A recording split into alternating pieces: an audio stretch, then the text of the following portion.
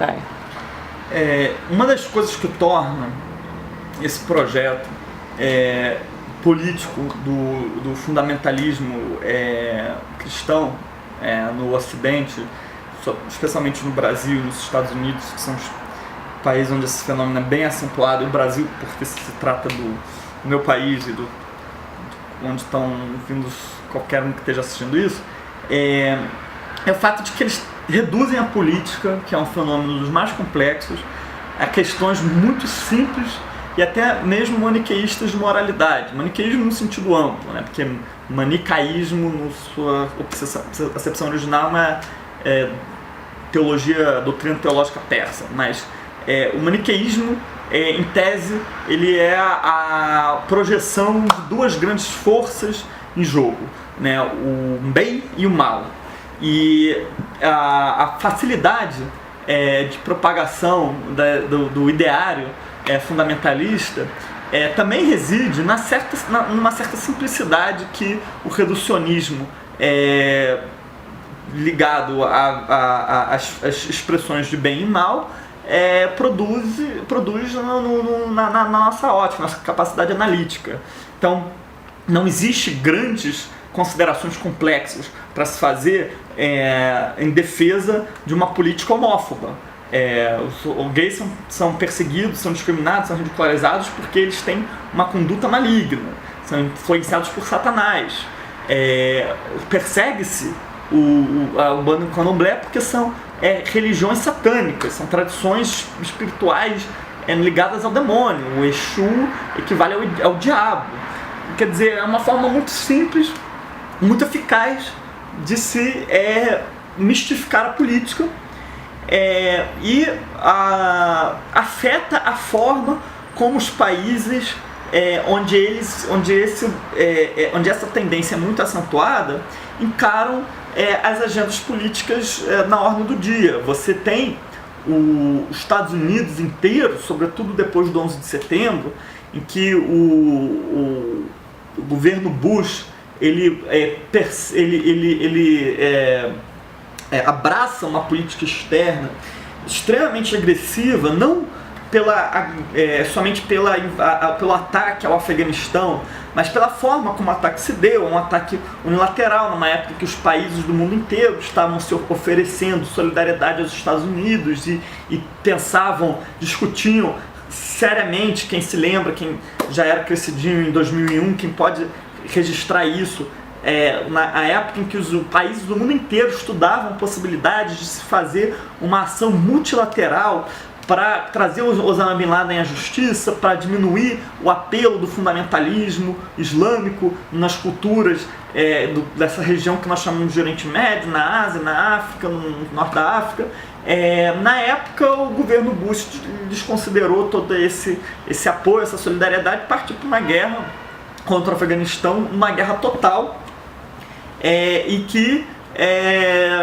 ganhou um certo apelo popular pela ênfase na diferença civilizacional entre os Estados Unidos e o Talibã, que os talibãs eles odeiam a liberdade. O Osama Bin Laden e a Al-Qaeda atacaram os Estados Unidos porque eles odeiam a democracia, eles odeiam a liberdade. E isso é uma postura, um discurso que se choca com qualquer análise mais realista da sociedade e das relações internacionais particularmente. Se você odeia a liberdade,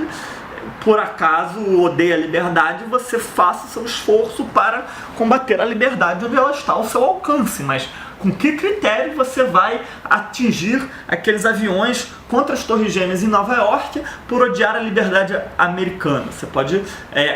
atacar a liberdade da Inglaterra, você pode atacar a liberdade da Suécia. A Suécia é um país com índices de liberdade muito mais altos do que os Estados Unidos. Aliás, depois dos atentados do 11 de setembro,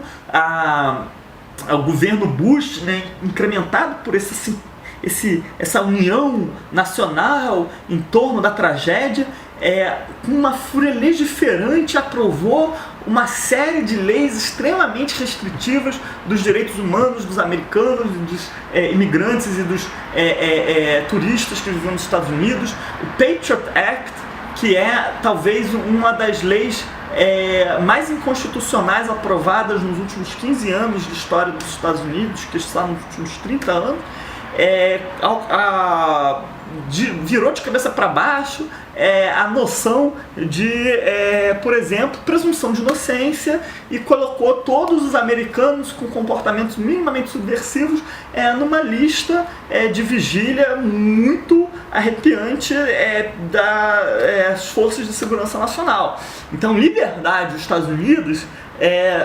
não era tão grande quanto a liberdade em países da Escandinávia, e ficou muito menor com o governo Bush. Mas você tratar o Talibã como uma manifestação civilizacional de uma decadência religiosa maligna, que odeia a liberdade, que representa tudo aquilo contra qual você se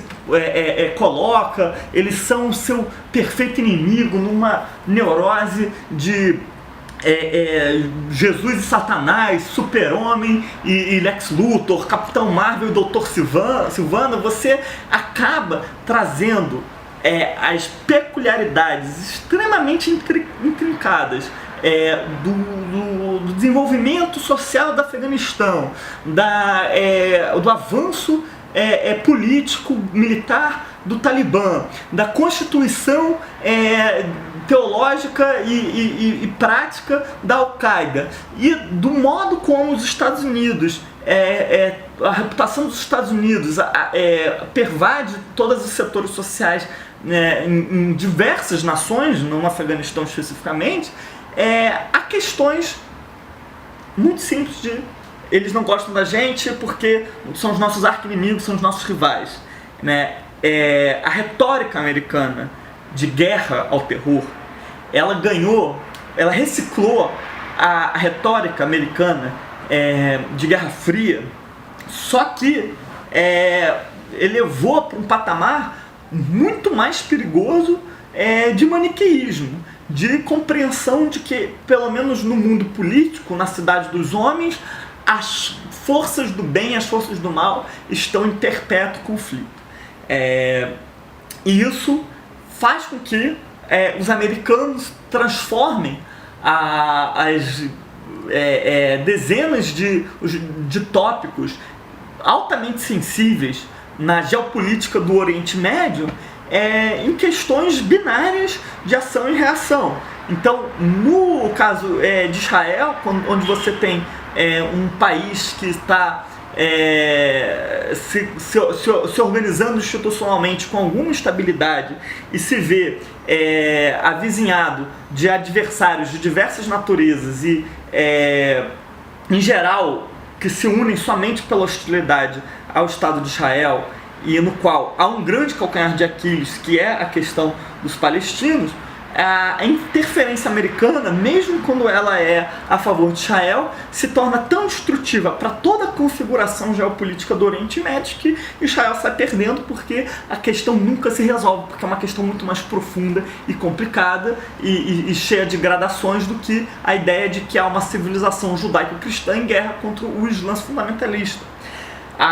É impressionante você reparar como a direita norte-americana fundamentalista cristã se coloca muito mais radicalmente a favor de uma reação israelense contra os palestinos e contra seus vizinhos árabes do que a própria comunidade judaica nos Estados Unidos. E isso é importante salientar, porque na concepção messiânica, escatológica, do fundamentalismo neopentecostal dos Estados Unidos, Israel não é importante porque é uma pátria para os judeus que foram perseguidos pelo antissemitismo. É importante porque dentro da profecia neopentecostal, Jesus vai voltar quando todos os judeus estiverem instalados na Terra Santa e fizerem o seu reino celestial, que não é pretensão de quase nenhum sionista de peso, fora aqueles grupos mais marginais. A verdade é que o grande apelo ideológico da defesa do sionismo por grupos cristãos que em tese não tinham nada em comum com o sionismo antes da Segunda Guerra Mundial é conseguir associar um projeto imperial dos Estados Unidos naquela área com uma noção de que